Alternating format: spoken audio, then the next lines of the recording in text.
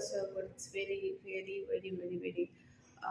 interesting, and it makes us to understand a lots of things actually. To be frank, for me, the term servant leadership is very new concept to me.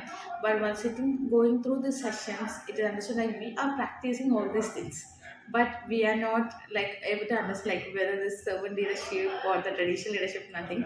But this session helps to understand more into the differentiation between traditional and the servant leadership concept.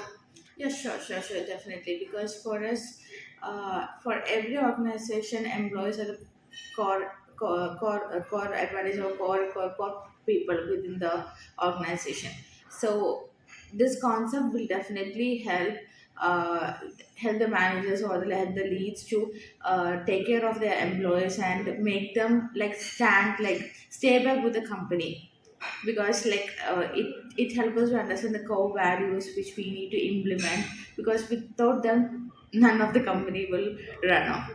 So this will definitely help, because it's just not for the leads or the leadership team. It's very feasible training which can be attended by each and every employee within UST. So definitely I will suggest to my colleagues and peers.